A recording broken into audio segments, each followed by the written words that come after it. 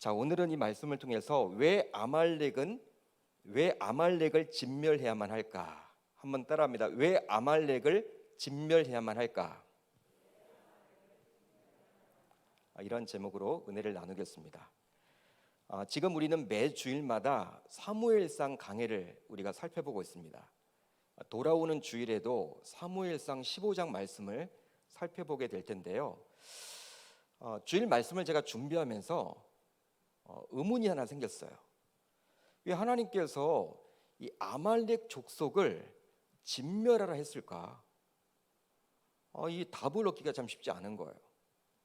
그리고 그거 좀 어겼잖아요. 이제 사울이 그리했는데 하나님이 화를 내시면서 사울을 왕으로 세운 것을 후회까지 하나님이 하십니다. 과연 아말렉이 누구이길래, 어떤 민족이길래 하나님이 그리했을까? 오늘 말씀은요, 이 주일 말씀과도 연결이 됩니다. 여러분들이 오늘 말씀 잘 듣고 이제 주일 말씀 들으시면 더 이해가 되시리라 저는 믿어요. 저는 그런 의문을 가졌어요. 왜 아말렉을 진멸해야만 했던 것인가? 여러분 그 답을 아세요? 그거에 대한 의문이 생겼습니다. 오늘은 그 부분에 대해서 한번 나누려고 합니다. 사무엘상 15장을 보게 되면 하나님께서는 사울 왕에게 다소 잔인한 명령을 내리시죠. 바로 어떤 명령이냐? 사무엘상 15장 3절을 보면 이렇게 나옵니다. 지금 가서 아말렉을 쳐서 그들의 모든 소유를 남기지 말고 무엇하되? 진멸하되 남녀와 소아와 젖먹는 아이와 우양과 낙타와 나귀를 죽이라 하셨나이다. 진멸이란 단어는 히브리어로 헤렘이란 단어입니다. 헤렘이란 단어인데 싹을 잘라 넣는 거예요. 씨를 말리는 거예요. 여러분 정말 이 잔인한 표현입니다. 진짜 여러분 그렇잖아요. 이 말씀 보세요. 모든 소유를 남기지 말고 진멸하되 어떻게 하라고 했습니까? 남녀와 소아, 거기까지는 우리가 이해를 하겠어요. 그런데 어떻게 나와 있습니까? 젖먹는 아이. 젖먹는 아이면 몇 살일까요? 3, 4살 정도 되는 아이들, 무슨 잘못이 있다고, 그런 어린 아이들. 또 그것뿐만 아니라 얼마나 잔인한지 우양과 낙타와 나귀를 죽여라, 말 못할 짐승까지도 다 죽이라고 하나님이 이야기를 하셨어요. 여러분, 진멸하라는 것은 제가 말씀드렸다시피 정말 씨를 말리는 것이기에 잔인함을 넘어서 어떻게 하나님이 이런 명령을 과연 내릴 수 있단 말인가, 이런 의문을 갖게끔 만드는 단어라고 할 수 있습니다. 정말 하나님의 말씀이 맞나? 우리가 여러분 하나님 하면요 무엇이 떠올라요? 무엇이 많으신 분이에요? 하나님은 사랑이 많으시잖아요. 사랑이. 하나님은 사랑이시잖아요. 거기에 다 동의를 하시잖아요. 하나님이 저와 여러분들을 사랑하셨기 때문에 자신의 독생자를 이 땅에 보내셔서 저와 여러분들의 죄를 대신해서 십자가에 달려 죽이시까지 하셨잖아요. 여러분 그 사랑 아니면요 설명할 수가 없는 거예요. 하나님은 사랑이신데 어떻게 그 젖먹는 아이까지 진멸시키냐? 이 하나님의 속성과 충돌이 일어나지 않을까? 여러분 이런 생각을 할 수밖에 없단 말이에요. 이 하나님이 정말 말씀하신 게 맞긴 맞나? 사무엘이 혹시 잘못 들은 건 아닌가? 그런 여러분 생각을 할 정도로 여러분 이 말씀은 아주 잔인하고 이 잔인함을 넘어서 끔찍한 하나님의 명령임을 알 수가 있는 거예요. 우리는 이러한 의문을 갖지 않을 수가 없겠죠. 어떻게 말이 되느냐? 이 진짜 맞는 말이냐? 그렇다면 왜 하나님께서는 아말렉 족속을 진멸하려 했을까요? 여러분 그 이유가 무엇입니까? 바로 이스라엘 백성들이 애굽에서 나올 때 아말렉 족속은 이스라엘 백성들을 어떻게 했기 때문에? 대적했기 때문입니다. 그 내용이 바로 사무엘상 15장 3절에 잘 기록이 되어 있죠. 만군의 여호와께서 이같이 말씀하시기를 아말렉이 이스라엘에게 행한 일, 곧 애굽에서 나올 때 길에서 대적한 일로 내가 그들을 벌하노니. 이것 때문에 벌하겠다라는 거예요. 이스라엘 백성들이 애굽에서 나올 때, 즉 출애굽을 할 때인 주전 1500년 경에 아말렉 족속은 이스라엘을 대적했었는데요. 이제 그때로부터 출애굽으로부터 약 500년이 흘렀습니다. 500년 후인 주전 1000년경, 즉 사울이 이스라엘을 다스리던 그 시절에 하나님께서 이 아말렉 족속을 진멸하시겠다라는 것이죠. 하나님은 500년 동안 기다렸던 거예요. 500년 동안. 그걸 기억하셨다가 이제 하나님의 때가 되매 이제 그 아말렉 족속을 진멸하겠다라고 말씀해주고 있는 것이죠. 그렇다면 출애굽을 하게 된 이스라엘 백성들을 향해서 당시 아말렉 족속은 어떤 악행을 저질렀습니까? 이 아말렉 족속의 악행을 알려면요, 신명기 25장을 살펴봐야만 합니다. 자, 우리가 금요성경 집회 때는 제가 말씀을 좀 많이 찾아봅니다. 앞뒤 이렇게 여러 가지. 자, 25장 17절 18절을 보면 이렇게 나와 있어요.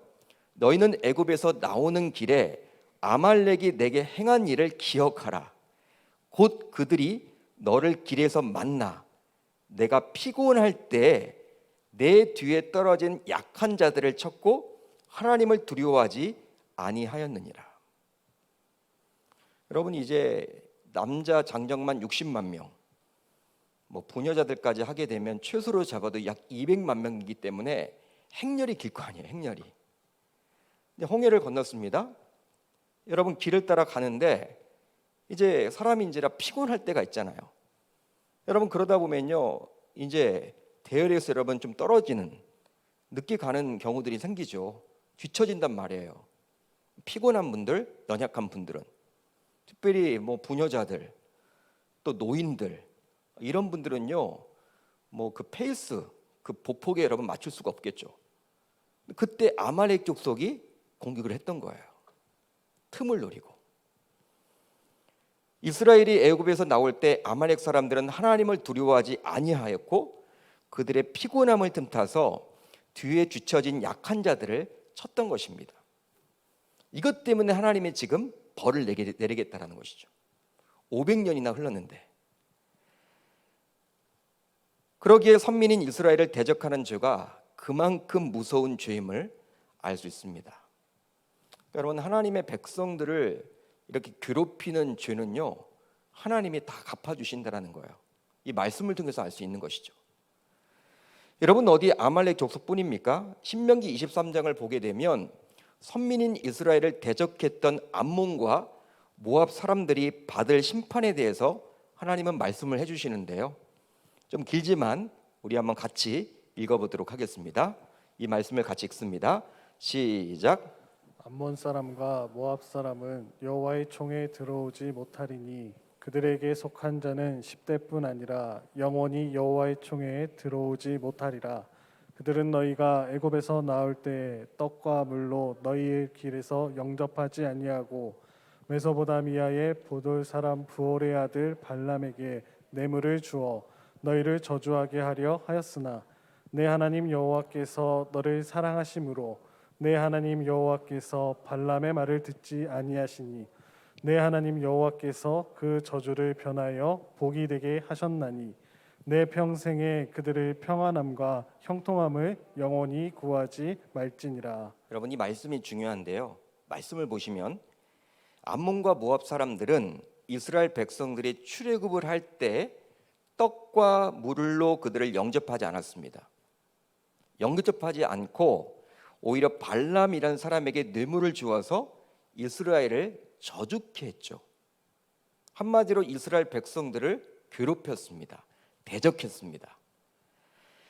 그 결과 그들은 영원히 하나님의 총회에 들어오지 못하게 되었던 것이죠. 즉 구원받지 못하게 된 거예요. 하나님의 선민인 이스라엘 백성들을 대적했기에 구원받지 못하게 된 것입니다. 여러분, 분명히 이렇게 나와 있죠. 영원히 총회에 들어오지 못한다.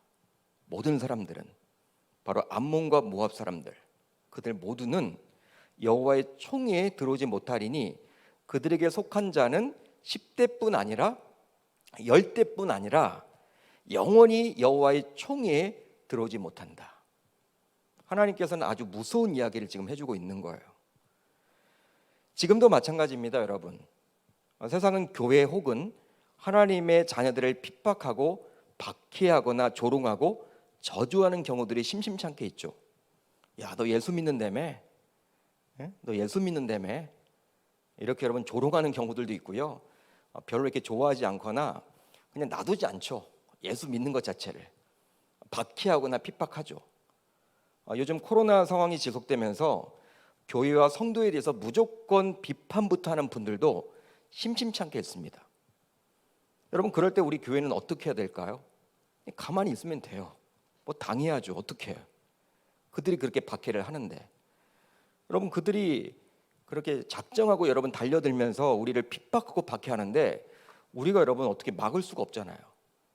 놀랍게도 하나님이 분명한 것은 이런 교회와 성도들을 저주하고 핍박하고 박해하는 그 행위에 대해서는 우리 하나님께서 반드시 기억하사 후에 그들을 심판해 주신다라는 사실이에요. 여러분, 너무나 무서운 이야기예요. 안타까운 이야기죠. 여러분, 우리들 가운데 심심치 않게 진짜 교회를 저주하거나 교회에 큰 어려움을 끼치거나 했던 분들이 후대에 여러분 이렇게 들어서 정말 어려움을 당하는 경우들을 많이 봐요. 진짜 그렇습니다. 제가 여러분 이렇게 목동에서 사역을 할 때 이렇게 교회 좀 어려운 교회에 있었잖아요. 분열된 교회 과정들을 제가 다 봤잖아요. 근데 그때 주동에서 했던 분들이요, 지금 잘 살고 있느냐? 그렇지도 않아요. 얼마나 여러분 힘든지 몰라요. 큰 병에 걸려서 거의 지금 죽을 위기에 있거나 자녀들이 갑자기 급사를 하거나 진짜 여러분들 그런 분들이 너무나 많아. 그걸 보면서 무섭다. 진짜 무섭다. 교회에는 하나님이 주목하고 계시는 거구나. 여러분, 제가 그런 것들을 깨닫고 얼마나 여러분 두려웠는지 몰라요. 사람들이 그런 것들을 보면서 야, 진짜 두렵다. 교회는 앞장서서 교회를 혼란스럽게 하거나 어려움을 끼쳤던 분들이 잘 되는 경우들을 저는 못 봤어요. 진짜 제 눈으로 봤다니까요, 여러분. 근데 마찬가지로 지금 코로나 상황이 지속되면서 교회가 지금 많이 핍박을 당하고 힘들고 어렵죠. 손가락질을 하는 분들도 있죠. 그렇지만 우리들은 그들을 위해서 기도해야 돼요. 모르기 때문에 그리 하는 거예요. 정말 하나님이 이렇게 무서우신 분인지를 안다면 그들이 할 수 없겠죠. 자, 그렇다면 왜 하나님께서는 아말렉 족속 진멸을 중시 여겼을까요? 바로 출애굽이 보통의 사건이 아니라 구원을 뜻하는 사건이기 때문입니다. 여러분, 아멘입니까? 그러니까 출애굽 사건이 보통의 사건이 아니라 이 구원 사건이란 말이에요. 이 구원 사건은 누구의 사건입니까? 하나님이 절대 주권을 가지고 하신 하나님의 사역이죠. 그렇기 때문에 중요한 거예요. 자, 이스라엘 백성들은 애굽 땅에서 홍해를 건너서 이제 가나안 땅으로 발을 디디게 되었는데요. 그러면 홍해를 건넜다라는 것은 무슨 의미가 있는 것일까요? 이 홍해를 건넜다. 홍해 바다를 건넜잖아요. 홍해를 건너는 것은 인간의 힘만으로는 절대로 불가능한 일입니다. 남자 장정만 60만 명이 그 짧은 시간 안에 걸어서 홍해 바다를 간다라는 것은요, 인간의 힘만으로는 완전히 불가능한 일이에요. 설명이 안 돼요. 따라서 인간의 이성으로는 결코 설명할 수가 없는, 이해할 수 없는 영역이죠. 그러기에 홍해를 건넜다라는 것은 하나님의 전적인 은혜로만 가능합니다.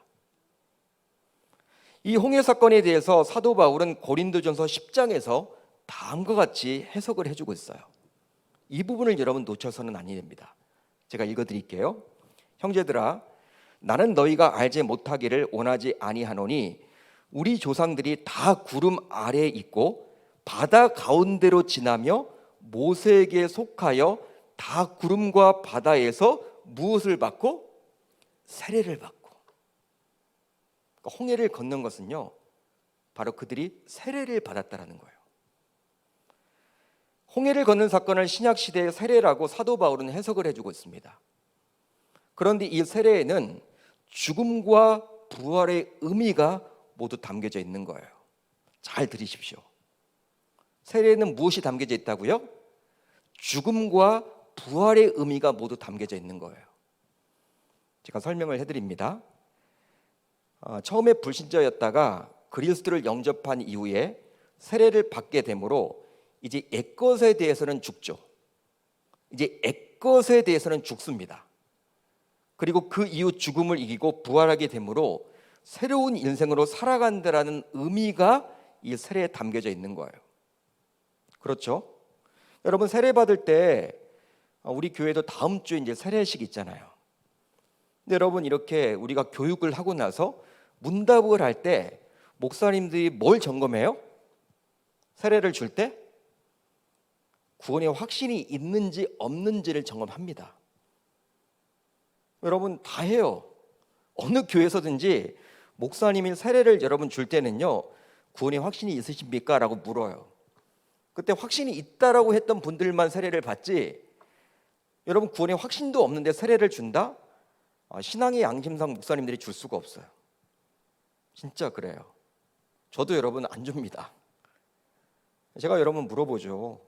이제 문답은 제가 하니까 교육은 우리 부목사님들이 하지만 제가 이제 세례나 입교 문답은 제가 하거든요. 제가 이제 물어보죠. 구원의 확신이 있는지를 물어봤는데 아직까지도 뭐 긴가민가 하고 구원을 받았다가 안 받았다 그러고 헷갈린다 그러고, 그러면 여러분 저는 다음에 받으시라고 이야기를 해요. 중요하기 때문에. 쉽게 말하면 홍해를 건넌다라는 것은 이제 애굽에서의 모든 삶을 청산한 거예요. 따라서 애굽에서의 삶은 모두 죽은 것으로 백성들은 여겨야만 합니다. 마찬가지로 세례 역시 죄에 대해서 또 옛사람에 대해서 죽은 것이죠. 따라서 교회에서 집례하게 되는 세례식이 얼마나 중요한지 몰라요. 진짜 중요한 거예요. 그냥 매년마다 연례적으로 하게 되는 하나의 예식이지만 오늘 말씀을 통해서 보게 되면 이 세례식이란 것은 세례를 받는 입장에서는 어떤 의미에서 자신의 결혼식보다도 더 중요할 수 있다라고 볼 수 있습니다. 여러분, 결혼 기념일 챙기시죠? 결혼 기념일 대부분 알잖아요. 몇 월 며칠 날 내가 결혼했다. 근데 어떤 의미에서 이 세례식은요, 결혼식보다 더 중요한 거예요. 진짜 그런 거예요. 바로 이제 그리스도인으로서 옛사람이 아니라 새 사람으로 살겠다며 여러 증인들과 하나님 앞에서 다짐하고 결단하는 시간이기 때문이죠. 그러니까 세례식은요, 주일 예배 때 보통 우리가 드려지게 돼요. 그러니까 여러 증인들 앞에서. 증인이 있어야 돼. 몰래 주는 게 아니에요, 여러분. 세례식은 하나님과 여러 증인들 앞에서 베푸는 거예요. 결혼식도 마찬가지죠. 결혼식도 여러분 뭐 작은 결혼식이 있다 하더라도 증인이 있어요. 증인이. 남녀가 여러분 둘이 만나서 결혼한다, 누가 알아주지 않잖아요. 뭐 친구라도 누구라도 있어야 되는 거야. 증인이 많으면 많을수록 좋죠. 여러분, 애굽 쪽에서 보게 되면 이스라엘 공동체가 홍해로 들어간 것은 죽으러 들어간 것이죠. 애굽 사람들이 볼 때 그들이 홍해로 들어가는 것은요, 홍해 바다로 들어가는 것은 죽으러 들어간 거잖아요. 반면에 가나안 땅에서 보게 되면 이스라엘 공동체는 홍해에서 살아서 나왔습니다. 이것이 바로 홍해 사건이라는 거예요. 따라서 홍해를 건넜다라는 것은 세례를 받았다라는 의미로서 결국 하나님의 구원을 받게 되었다라는 의미입니다. 그러니까 구원을 받게 되었다라는 의미가 강한 것이 바로 무슨 사건이다? 이 홍해를 건넜던 출애굽 사건을 이야기해 주는 거예요. 바울은 지금 그렇게 설명을 합니다. 이 구원은 결코 인간의 노력만으로는 불가능한 하나님의 전적인 은혜임을 알 수 있겠죠. 여러분, 우리가 구원을 받는 것은요, 우리 노력으로 되는 게 아니잖아요. 전적인 하나님의 은혜 아닙니까? 여러분, 아멘입니까? 출애굽도 마찬가지란 말이에요. 홍해를 건너는 것도 마찬가지란 말이에요. 인간의 노력으로는 할 수가 없고 인간의 이성적인 사고로는 불가능한 영역인데 하나님의 전적인 은혜로 이 홍해 사건이 일어났던 것이죠. 그리고 출애굽을 하도록 하나님이 은혜를 베풀어 주셨다는 것이죠. 그런데 이런 중요한 사건인 홍해를 건너자마자 아말렉 족속은 이스라엘 백성들을 공격했습니다. 공격했어요.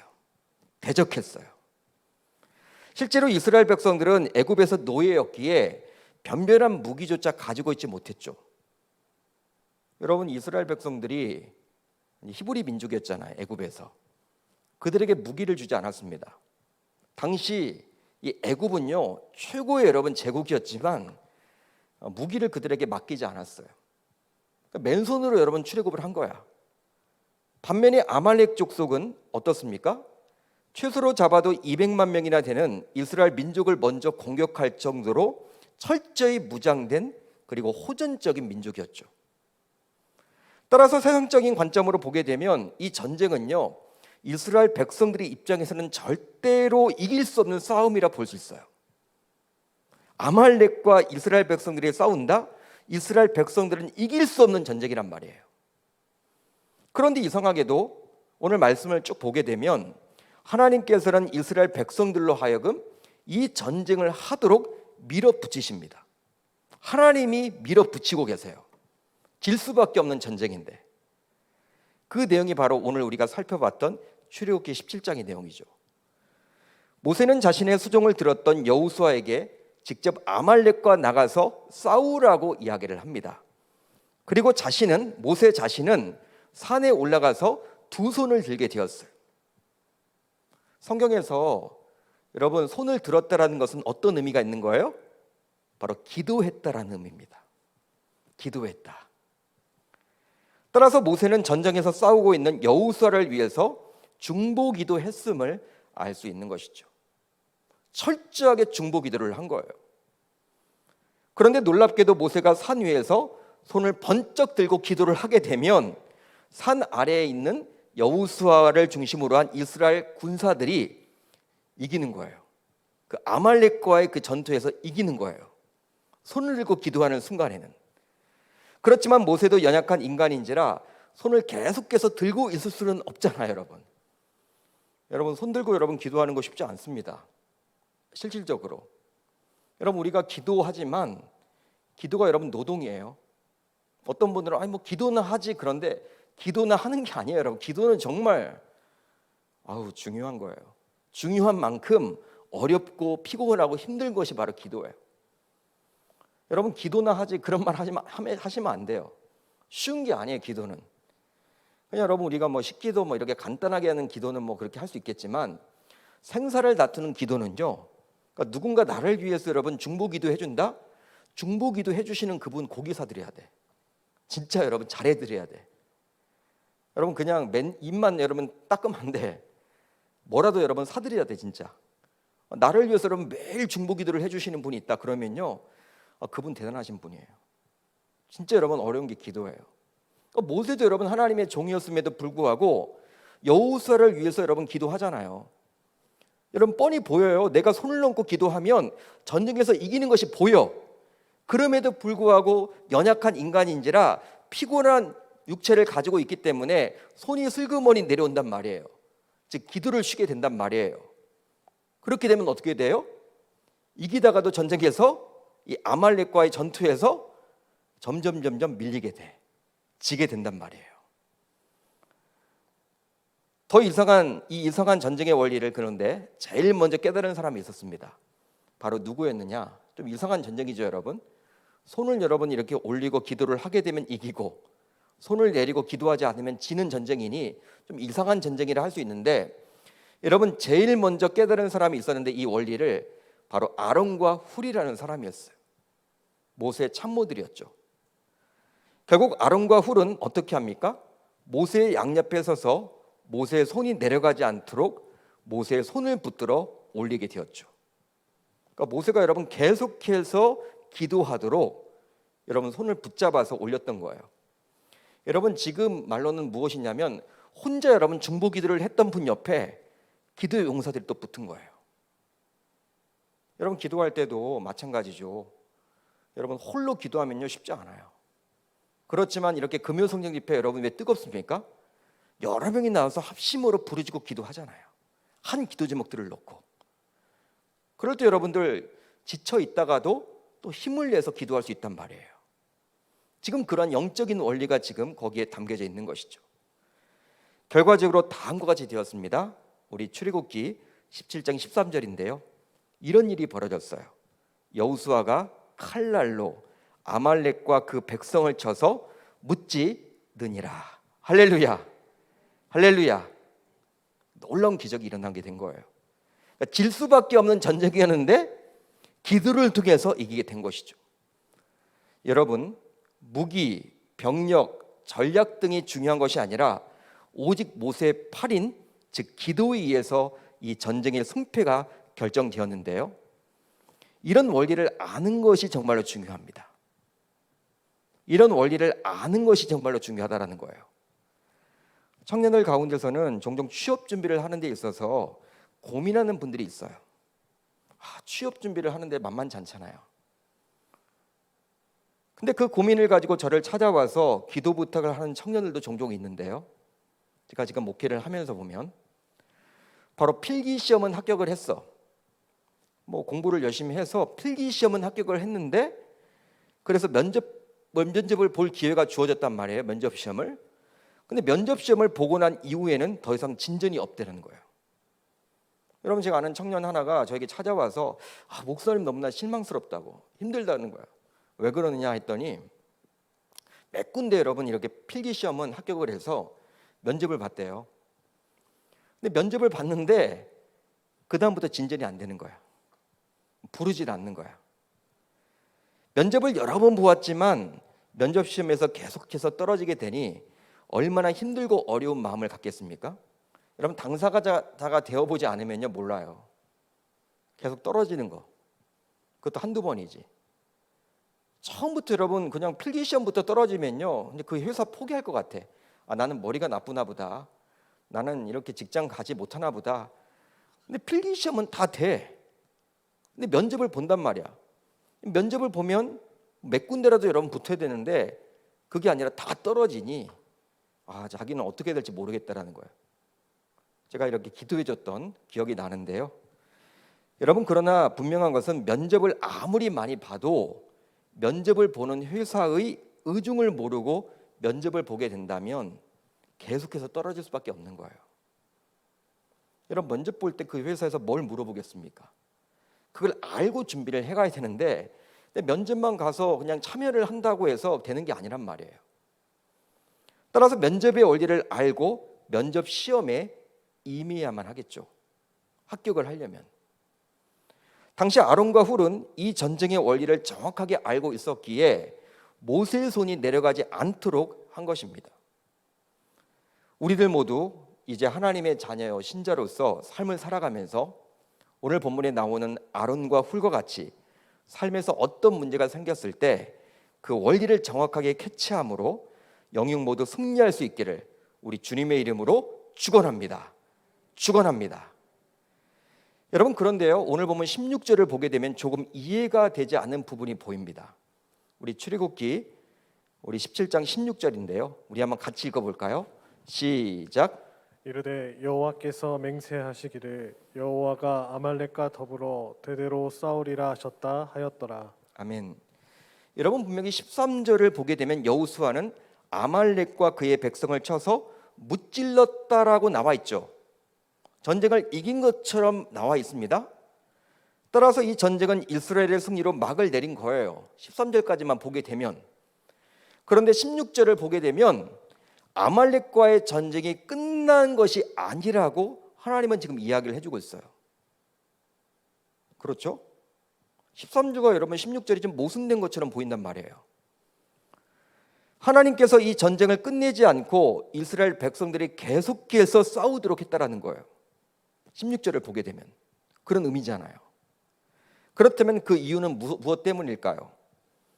바로 아말렉은 홍해를 건너 구원받은 하나님의 백성들에게 시비를 걸어온 존재였기에 그들과의 싸움은 구원받은 이후 저와 여러분들이 겪게 되는 영적인 싸움을 의미하는 거예요. 그러기에 아말렉과 대대로 싸워야 하듯이 구원받은 우리들도 영적인 싸움이 계속됨을 이야기해주고 있는 것입니다. 실제로 저와 여러분들은 하나님의 자녀로서 구원을 받았습니다. 여러분, 구원받은 자로서 문제가 있습니까, 없습니까? 여러분, 한국교회가 지금까지 어떻게 가르쳤어요? 예수 믿으면 복 받는다, 만사 형통이다, 병도 낫는다, 자녀 문제 해결을 받는다, 부자가 된다. 여러분, 한국교회가 계속 그런 이야기를 해왔어. 물론 여러분, 맞는 말이긴 맞는 말이에요. 복을 받죠. 하나님 믿으면 복을 받아요. 그렇지만 우리가 이야기하는 대부분의 지금 복이 뭐예요? 물질에 관련된 복이란 말이야. 그리고 눈에 보이는 복이죠. 여러분, 예수 믿으면 병이 낫습니다. 맞는 말이긴 한데 죽는 사람도 있어요. 유명한 목사님들 가운데 암에 걸려 죽는 분들도 있습니다. 수만 명의 목회를 하셨는데 죽지 말아야죠. 그런 의도를 가지고 본다면. 여러분, 예수를 제대로 믿었는데 쫄딱 망하는 분들도 있어요. 솔직히 어떻게 해석을 할래요? 해결을 할래요? 예수 믿어도요, 자녀들이 더 안 될 수도 있어요. 근데 여러분, 안 될 수도 있는데 우리는 대부분 어떻게 지금까지 배웠어요? 자녀 문제가 잘 풀리고 승진도 하고 예수 믿으면 복을 받고 암도 고침 받고 모든 문제가 잘 해결함 받는다라고 여러분 지금까지 우리가 배워왔단 말이에요. 근데 여러분, 그런 것들을 우리가 간직하다 보니까 여러분, 하나님 믿으면 무조건 잘 된다라고 여긴단 말이죠. 근데 실질적으로 예수를 믿어도 또 구원받은 하나님의 자녀가 되었음에도 불구하고 문제가 있습니까, 없습니까? 문제가 있어요, 없어요? 문제가 있을 수밖에 없죠. 아니, 예수를 믿게 되어서 여러분 더 고난이 닥칠 수 있어요. 예수 믿기 전에는 뭐 다 집안이 불신자니까 충돌이 없었는데 예수 믿고 난 다음부터는 이제 불신자인 가족들과 충돌까지 생기는 경우들도 종종 일어나죠. 예수를 믿어서 더 힘들어진 경우들도 얼마나 많은지 모릅니다. 오히려 그렇습니다. 놀랍게도 하나님의 백성인 이스라엘 자손들이 홍해를 건너서 구원받은 이후에 아말렉 족속이 공격을 해온 것처럼 우리가 하나님의 자녀로서 구원을 받았지만 여전히 우리는 이런 아말렉과 같은 존재와 마주쳐서 싸워야만 한다라는 거예요. 여러분, 구원을 받았잖아요. 홍해를 건넜단 말이야. 하나님의 자녀로서. 이제 좋은 일만 생겨야 되는데 아말렉이 공격을 해오네. 우리도 여러분 구원을 받았습니다. 하나님의 자녀가 되었어요. 세상 모든 권세를 다 가지게 되었어요. 그럼에도 불구하고 여전히 우리에게도 어려움이 닥친단 말이죠.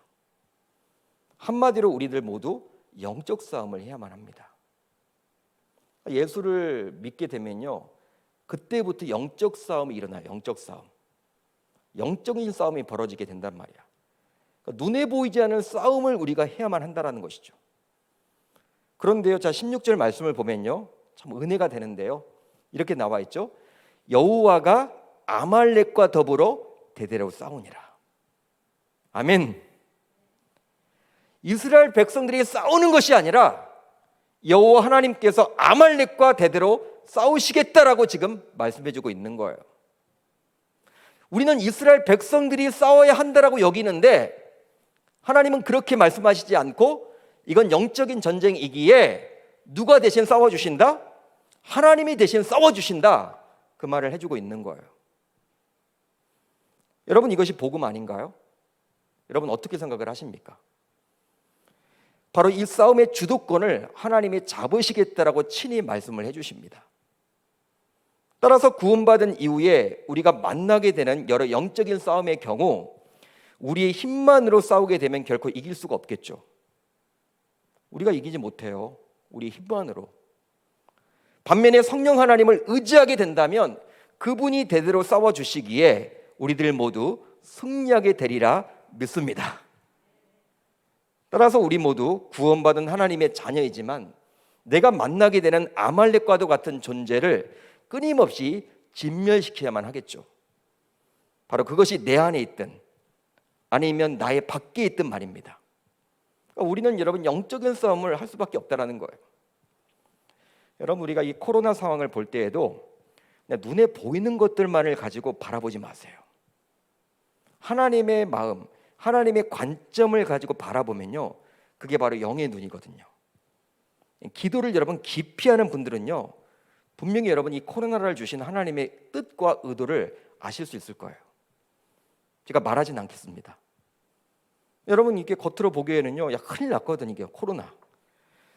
이 코로나로 인해서 다 부정적인 거 그것만 보이잖아요.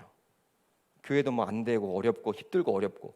근데 이런 가운데서도 하나님은 분명히 일을 하신단 말이에요. 그 일하심을 우리가 바라볼 수 있어야 되는 것이죠. 이제 말씀을 정리하겠습니다. 하나님께서는 사울에게 말씀하신 것처럼 저와 여러분들에게도 이 시간 동일하게 아말렉을 진멸하라고 말씀해 주십니다. 그런데 결코 내 힘만으로는 물리칠 수가 없겠죠. 오직 성령 하나님의 능력으로만 가능합니다. 믿으시면 아멘. 믿으시면 아멘. 그러기에 우리는 오늘 본문에 나온 16절의 말씀을 반드시 붙들고 살아갔으면 좋겠어요. 여호와가 아말렉과 더불어 대대로 싸우니라. 자꾸 우리는 내가 싸우려고 하잖아요. 내가 싸우려고 하니까 내가 꼬꾸라져요. 지치죠. 근데 하나님이 해주신다라는 거예요. 저와 여러분들이 할 일은 뭐예요? 그분께 맡기면 되는 것이죠. 따라서 우리는 끊임없이 말씀 생활과 기도 생활을 지속적으로 해나가야 하는 거예요. 여러분 교회에서의 말씀 기도를 강조할까요? 우리가 성령 충만하게 되는 것은요, 말씀과 기도밖에 답이 없어요. 솔직히 그래요. 여러분 다른 방법은 없습니다. 여러분 말씀과 기도를 해야지만 우리가 성령 충만하게 된단 말이에요. 바로 구원받았다고는 하지만 성령 충만하지 않으면 여전히 아말렉과의 싸움에서 질 수밖에 없기 때문이죠. 여러분 우리가 구원받았다는 거 참 여러분 좋은 건데, 여러분 능력으로 나타나려면 이 성령이 작동되어야 하거든요. 내 안에 이미 성령님이 계십니다. 근데 그분이 여러분 그냥 근심하고 있거나 그냥 가만히 있으면 안 되고, 이 성령이 작동되도록 우리가 말씀과 기도 훈련 철저하게 해 나가야 되는 것이죠. 이제 우리들 모두 결단하시면 좋겠어요. 이 밤 하나님의 자녀가 되어 구원받았다는 것에 만족만 하지 마시고 성령 충만함으로 끊임없이 만나게 되는 아말렉과의 같은 존재를 진멸하겠노라고 다짐하고 결단할 수 있기를 우리 주님의 이름으로 축원합니다. 축원합니다. 이 밤 그렇게 되실 수 있기를 우리 주님의 이름으로 축복합니다.